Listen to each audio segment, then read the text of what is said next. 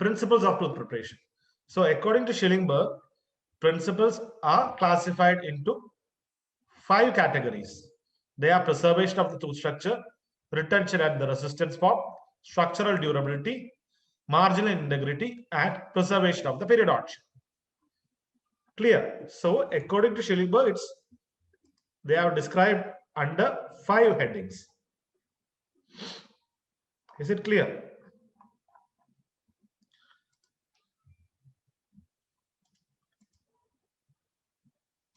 So preservation of the tooth structure, retention resistance form, structural durability, marginal integrity, and preservation of the periodontia.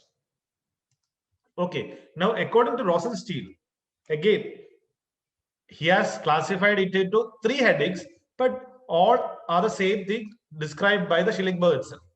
Okay, so into biologic principles, mechanical principles, and aesthetic principles. So within biologic principles, it include conservation of the tooth structure, avoidance of over-contouring, supragingival margins, harmonious occlusion, and protection of tooth against fracture. Coming to mechanical features, it includes the retention and resistance form, and also prevention of deformation of the restoration. Clear? Coming to aesthetic principles, it includes minimal display of metal so that it can be aesthetic. There should be minimal display of metal, maximum thickness of porcelain, so that maximum thickness of porcelain means it will be aesthetic, and porcelain over the occlusal surface, and subgingival margins so that the margins are not evident, so it will be more aesthetic. So the biologic principles suggest supragingival margin, whereas the aesthetic principles suggest a subgingival margin. Okay. Now we will discuss each one of the principles. Preservation of the tooth structure. So what all things you will have to preserve?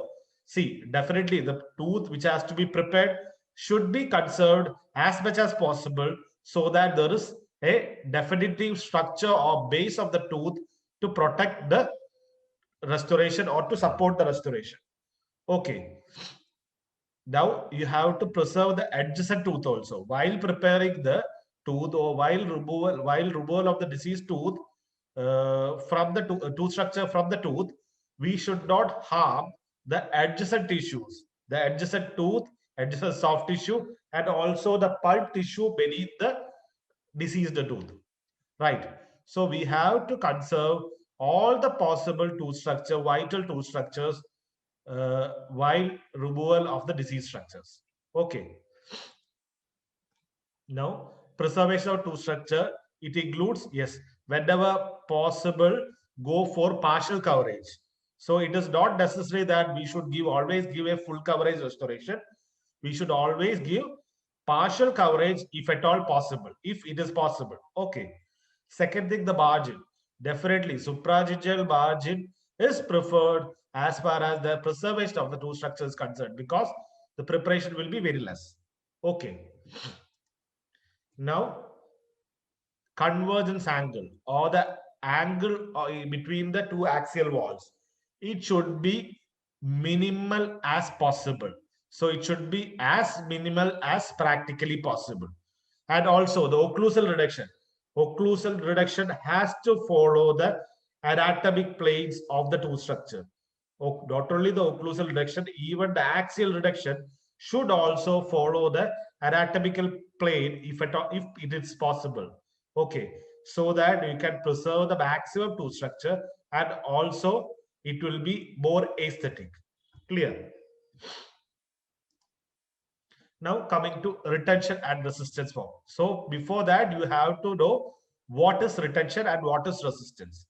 See, retention is that property of the restoration which prevents the removal of the restoration along, or it is that property of the preparation which prevents the removal of the restoration along the path of insertion or along the log axis of the preparation. Clear? So it prevents the removal of the restoration along the path of insertion or along the log axis of the preparation. Clear? So that is retention. Now what is resistance?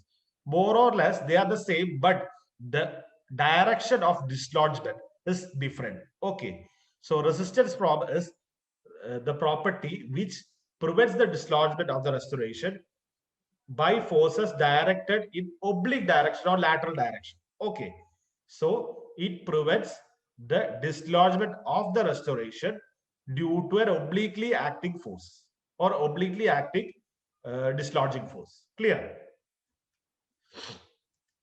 Now, what are the factors that will affect the retention and resistance form? First one is the taper. Obviously, so ideally, maximum retention is obtained when you have parallel walls. When you have the preparation has a parallel wall or the axial walls are parallel to each other, then the maximum retention is obtained. But clinically or practically, it's not possible. Okay, clinically or practically, parallel walls are not possible. Definitely, there will be some errors. So, what we prefer is a slight taper, so that it is easy for us to prepare. So, ideally, it should be parallel. Clinically, we can give 2 to 3 degree taper per wall. 2 to 3 degree taper per wall. So, the total taper would be 6 degree. Clear? So total acceptable taper for a preparation is 6 degree. Understood? Per wall it is 3 degree, 2 to 3 degree. So total taper would be 6 degree. Clear? Now again, the other things that is going to affect the retention are the dislodging forces. Definitely dislodging forces will be greater in posteriors, whereas in anteriors the dislodging forces will be less. Now the geometry of the preparation, again, when the preparation has more taper or the structure of the tooth structure remaining will affect the retention. Roughness of the fitting surface of the restoration. If it is more rough, definitely there will be more friction and more retention will be there. Material being cemented. Material, depending upon the material, which type of restoration we are cementing, that will have more retention. Okay. Now the luting agent being used. Different luting agents are there. Depending upon the adhesive capacity of the luting agents, the retention will vary from luting agent to luting agent. Clear? Now, other things are sometimes we will have to incorporate internal features. Internal features because there is no sufficient tooth structure or there is no sufficient tooth structure to provide retention. So it can be a groove, it can be a box, or it can be a pin. Okay. So all these things are usually incorporated during partial veneer restorations or partial restorations. Even full coverage restorations, we can give grooves and box. Definitely, these groove, box, and pinholes will increase the surface area. So there will be more surface area contact between the restoration and the tooth surface. And again, it will increase the resistance form also. I will discuss how it will increase the resistance form. Okay. Now, smaller tooth with, sorry, when the tooth height is less, the arc of rotation of the restoration is less. From the picture you can identify, which you can understand that for a premolar the arc of rotation will be less. So to lateral forces, see, the arc of rotation come into play during lateral forces. Okay, when a lateral force acts at the side of this restoration, the restoration has a tendency to rotate, whereas the arc of rotation is more for a molar of similar height. I'm comparing a tooth with similar height. So tooth with similar height, premolar or a shorter root or a smaller tooth will have lesser arc of rotation. So it will be more resistant to rotation. Okay. Whereas a molar of same height of that of premolar due to lateral forces, it will get dislodged easily. The crowd will get dislodged easily. Clear? Is it clear? If the okay.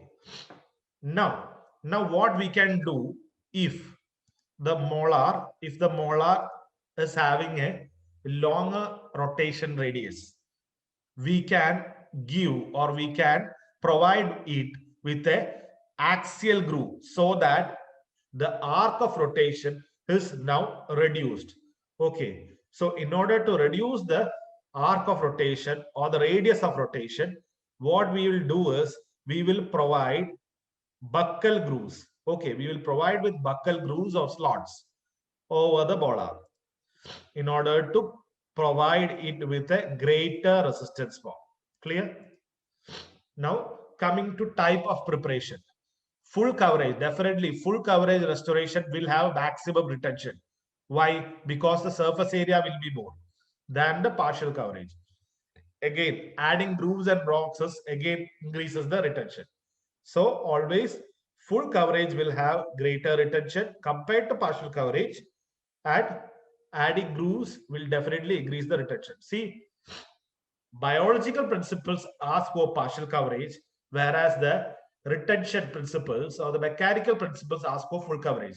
Now, you have to understand all the principles will be contradicting each principles, but we will have to choose a minimal or optimal optimal treatment plan so that the restoration will be long lasting and also will be helpful to the patient.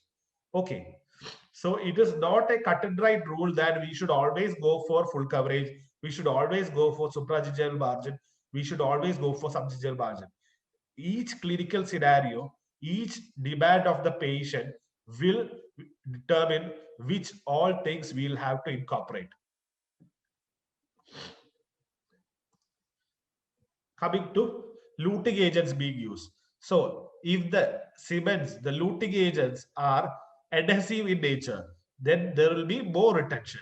And again, film thickness will not affect the retention to a certain limit, but beyond that, if the thickness is being increased, definitely it will affect the retention. Okay, usually till a certain limit it will not affect the retention, but after that, increasing the thickness of the luting agent will reduce the retention features.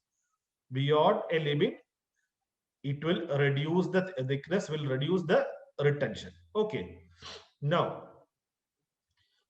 depending upon the adhesiveness of the or the retentive features, adhesive resin, that is the resin cement, is more retentive compared to glass ionomer cement. Then compared to zinc phosphate, glass ionomer, definitely it is more retentive. Zinc phosphate and zinc polycarboxylate. See, both zinc phosphate and polycarboxylate are not at all used nowadays. See, polycarboxylate, again, it is a cement or luting agent which will bond with the two structure, but still it is comparable with the zinc phosphate. Okay, least retentive is zinc oxide used now. Least retentive is zinc oxide used. So most retentive is adhesive resin or resin cement, followed by glass ionomer cement, our luting GIC, then followed by polycarboxylate and zinc phosphate, both are similar, then followed by zinc oxide used. Clear? Now coming to structural durability. What is the meaning or what is the word meaning of by the word structural durability?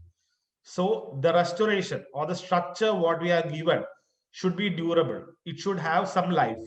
So how we can increase the structural durability of a particular material or a particular restoration? Definitely, it should have sufficient bulk to withstand the occlusal forces. So depending upon the minimal requirement of clearance or minimal requirement of the bulkness of the restoration which can withstand the occlusal forces, we have to prepare the tooth structure so that there is sufficient bulk of that restoration. Okay. So depending upon the material we are using, we have to prepare accordingly so that there is sufficient bulk of the restoration. In order to provide adequate bulk, there should be occlusal reduction, proper occlusal reduction, proper axial reduction, and also functional cuspal bevel. So that there is sufficient bulk over the functional cusp. Functional cusp is that cusp which is actively participating in mastication. Okay, they actively participate in mastication. The functional load is beared by the functional cusp. Clear? Now, what should be the occlusal reduction, or what should be the reduction required for different types of restoration? As far as full metal restorations are concerned, functional cusp. Now, which are the functional cusp? What is the functional cusp in maxilla or maxillary teeth, and what is the functional cusp in mandibular teeth? Anyone? See, either it can be a buccal cusp or lingual cusp. In maxilla, which is the cusp which is occluding with the, yes, yes.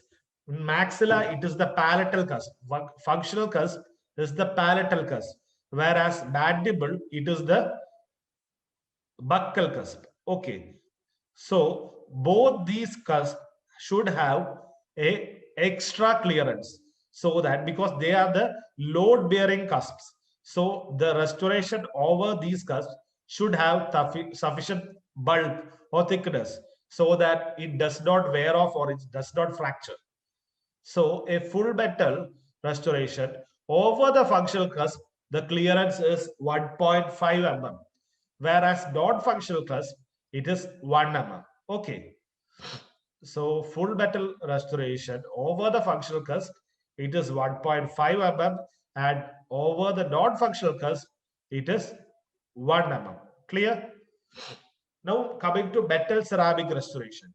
Metal ceramic restoration means the base or the core is with metal. Over that, you have layered ceramics. Okay, so functional cusp, it is 1.5 to 2 mm. So metal ceramic restoration, the occlusal reduction is 1.5 to 2 mm for functional cusp and 1 to 1.5 mm for non-functional cusp. Clear?